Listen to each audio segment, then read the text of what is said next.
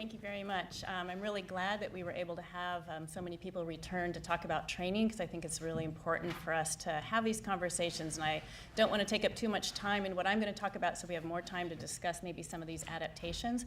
But I'm going to pick up a little bit in where Jeff left off in terms of giving you a really good idea of the structure we have here at UCSF and go into a little bit more of some of the conceptual thinking behind our implementation science training so that we can see to what extent that might be adaptable. And I'm going to talk about one adaptation that we've done so far so that we can get a flavor for, does that kind of adaptation make sense as we start to look at collaborations like what Moses is developing and others in the room who are interested in maybe developing more practitioner-based implementation science trainings.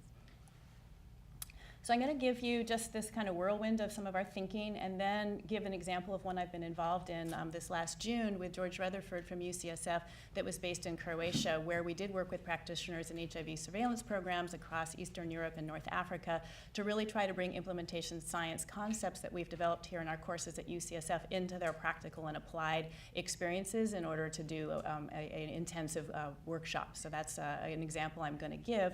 But that's just one example, and I think as we've been hearing lessons from the implementation science lectures earlier today, that the nature of iterative work needs to be applied to our training programs as well. So while this is one example of something that we've done to try to bring these concepts into practice, we really need to be thinking of what's the next cycle and what's the next feedback loop we can get to really try to do this more appropriately and better in each situation we apply it to. So I'm going to visit back to this really nice picture we have here. Let's see which one of these is the red light here. Yeah, not that one. I pointed the wrong way here. So I think the idea that this is the context in which implementation science is occurring, as Dr. Gonzalez presented earlier today, there's a lot of what you can't see here is the kind of constant cycling and interactions that go on here that really is, I think, the cornerstone of the engagement processes that we think are really valuable for implementation science to be effective. So it's not just that we have evidence and that we're working through these systems and stakeholder groups in order to develop practices, that these groups really need to be more interactive with each other and really develop these collaborations and learning centers for which we can really be applying our knowledge, and that the evidence might be generated here and actually change the evidence that we then use to apply into practice. So there's a lot more visualizations, I think, rather than make this more complex, just to sort of talk you through that there's a lot more bidirectionality and I think integration that needs to occur across all these levels, and that's actually a very important but complicated thing to get across in our work. So to revisit again, what kind of things we do really well here are we do population sciences. This is my training and background, and we have these wonderful different types of disciplines. And what we really need more of, and I think this speaks to the comments earlier on about connecting more with Berkeley and other institutions in the area, is how do we bring these concepts really into our training, whether that's training that we're doing locally or that's training that we're trying to implement in other places. So how do we develop the models to integrate this? So this isn't just a matter of reaching out to get a few people to advise us on our projects. This is really about changing the way that we think about things.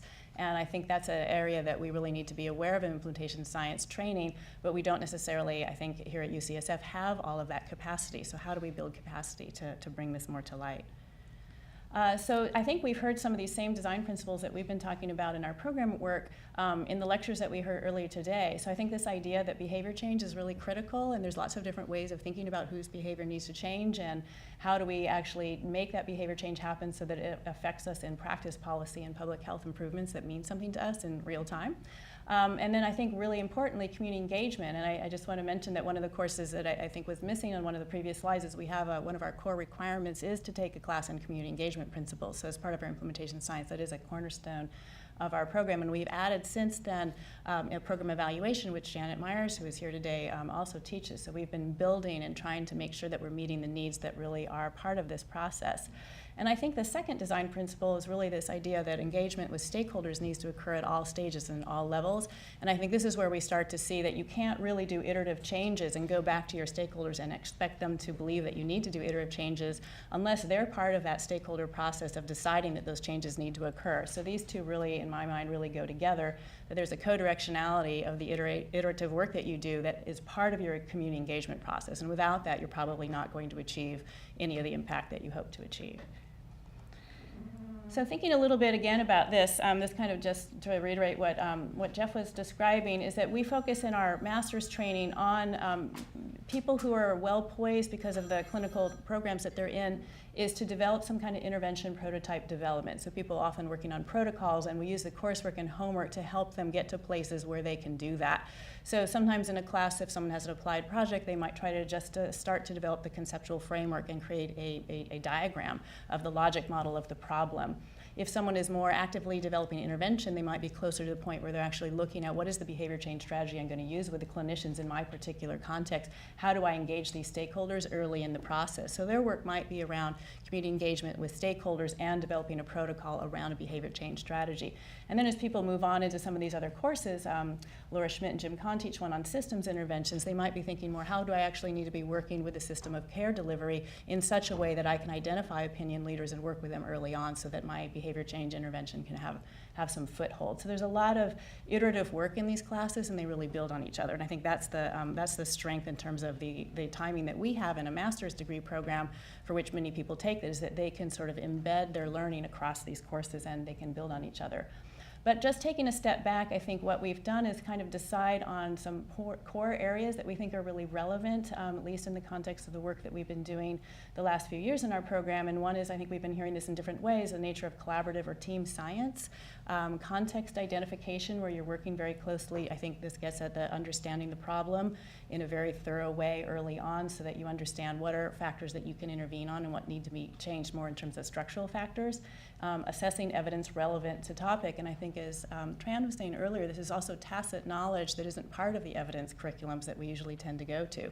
So how do we look at appropriate evidence for the situation we're looking at, and the forms of evidence? They may be very different. And I think I've already been speaking about the importance of community engagement, behavior change as well. I think these are some of the topics that came up earlier today. And then I think also just the really intelligent ways that you can be thinking about intervention design and implementation, and learning about things like adaptive designs and quasi-experimental designs, and what are ways that we can actually build on real-time opportunities so that we don't have to take so long to do our studies and evaluation. What are some of the smart strategies that people are applying, and how can we integrate those into our work? And I think also this concept of how can we be evaluating things that are translational? What are the process measures we need in place? How can we use real-time data to do this work much earlier than the way we've traditionally approached evaluation? So these are some of the concepts that we're trying to build on. And I think just to build on that a little bit more, we've tried to develop the domains for our training as well as competencies. So this is multidisciplinary teams, identifying factors, capacity to build relationships. These are things that we've described in a paper to outline where we're coming from in our training curriculum, and these are just a few of them. I didn't put them all up here, but you can get an idea that these are areas where we feel that trainees can have competencies in if they take the courses and do the applied homeworks. So now to turn to what we've done to adapt this. So that's like a very whirlwind tour of what we're doing conceptually, but I'd be glad to talk more about it. But we've adapted that for one particular iteration. I just want to again say this is like a pilot to do this kind of work, but I think there's a lot of demand for this, to work with practitioners. And I have to say that I got involved in research at UCSF-Bay working in a practice-based research network. So I was the epidemiologist, hired like fresh out of school to work with a practice-based research network of primary care clinicians across California to do essentially practice-based interventions.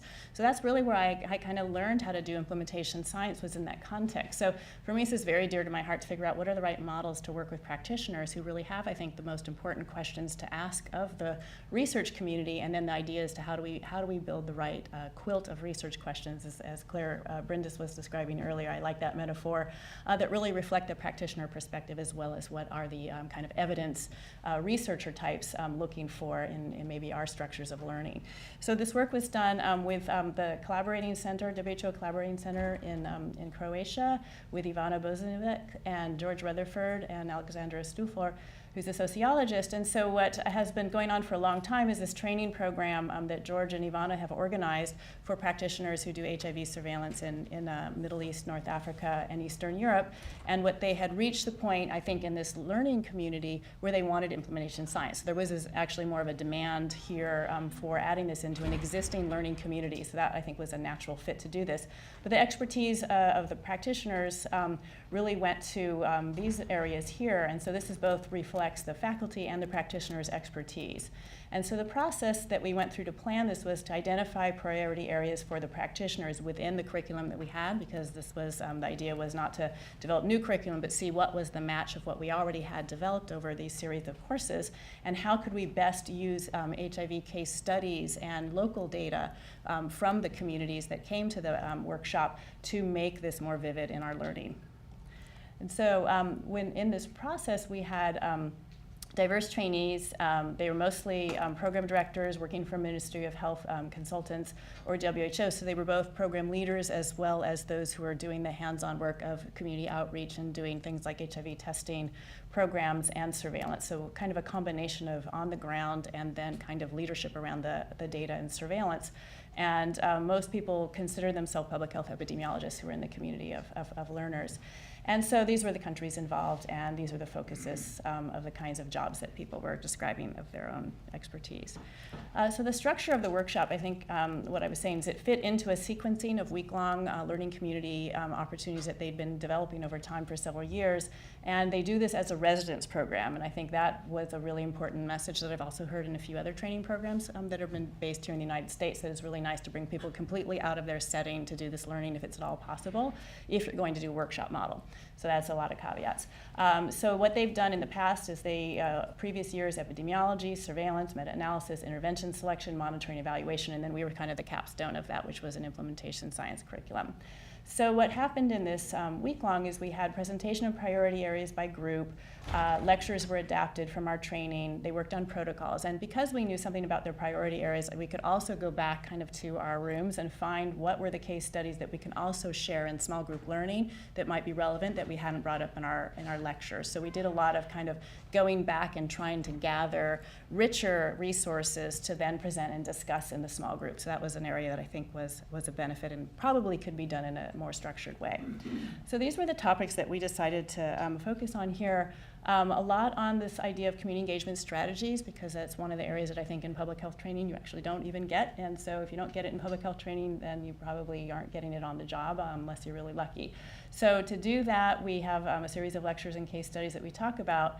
And then we also, these don't necessarily match linearly, but these are some of the tools. So these are some of the methodologies and frameworks we talked about. And then these were some of the specific tools and case studies that we used. So we tried to have a mix of lectures on kind of methodologic topics and then case studies that would hopefully apply some of the principles in practice. So behavior change theories, picking up on some of the work that we heard on earlier this morning with the theoretical domains framework and some of the ways of integrating across theoretical behavior change theories, looking at experimental designs and quasi-experimental designs, qualitative and mixed methods, logic models and planning models of implementation frameworks, and then working more on how would you design a protocol more specific to an implementation science topic. So some of the case studies we talked about or HIV work is on social marketing, some of the preventions using an adapted model for preventing HIV in high-risk populations in I think it was in Morocco, behavioral economics, and in this whole idea of incentives for behavior change, some work on task shifting, and I think some really interesting, this was more of a sociological assessment of an HIV education program that failed in Croatia, and so it was more of, I think, kind of the dissection, evaluation, anthropologic approach, and so that was a really fascinating thing to hear, and then some work on tailoring. So this is not everything we talked about, but this is kind of the flow of the way we developed this curriculum, and this was collaboratively with our partners. So I think this was a good outcome from the other years that they've done. This was very highly rated, and I think people like coming to this. So of course there's a self-selection. They've been coming to for a long time. They probably have pretty good expectations, but people did find it very usefulness, and I think what you can learn about this is you could say, well, this is a kind of a quantitative audience. They really like the quantitative stuff. At the same time, I think the community engagement and examples of things that were definitely outside of people's comfort level, and people were very uncomfortable with the idea of incentives and behavioral economics as a group. And so they were saying we could never do that in our country, in our setting. But they were kind of, on the other hand, glad to hear about it just because it was a different topic, and then they were kind of learning about something a little outside their comfort level. So there's kind of a combination of bringing things to this group that were comfortable and extensions of what they expected, but also bringing some things that I think are maybe not exactly new concepts, maybe you see them structured in a learning format like this, was unusual. So I think the bringing in the behavior change theory and the community engagement and some of the examples of incentives in behavioral economics and social marketing were outside the arena of most of their exposure. And they liked it, but on the other hand, I think they were like, we really like the methods because we can completely go back and apply those because this is a very short immersion experience. So I think to really do them justice, we need to do more work to bring those methods more, I think, into a practical experience. So I think the recommendations that we heard were to develop online forums, and I think that's a really wonderful idea, either to prequel these events or to do follow-up so that there can be learning groups that maybe self-select to work together. And then this idea of more interactive strategies for integrating local data. I think if we knew a little bit more about the issues people were having, is that my, is that, I think I see 30 seconds here. Okay. But the question, how do you get to shut up? You could get me to shut up by making nothing. So I'm just always really interested in thinking of ways that we can integrate local data into examples. So I'm happy to do that kind of curricular work ahead of time, but maybe we could do it afterwards and develop small groups. So I think there's a lot to be explored here. And then, sorry, there's an L there missing. Trying to bring in the local expertise. I mean, we did partner with our colleagues there in Croatia, but we only had a few people from each country. It would have been nice to have more groups, I think, attending this who could really, I think, speak to the local issues more than just the person who was doing the main surveillance project. And then I just think, just to sort of finish here, the idea that this fit for this group, this is from a paper by Tom Coates, is that this, in the HIV world, this is what people are talking about. So this is not an extreme reach. I think there's a huge history of community engagement, thinking very carefully about behavior change and social justice issues that made all of this implementation science curriculum a natural fit for the community of learners that we were working with. And I think that can't be understated, and that sort of, I think, reflects that this is one of the first conferences we've had like this in this community here at UCSF, and that speaks to the, I think, the amazing work done in the community that's focused on HIV.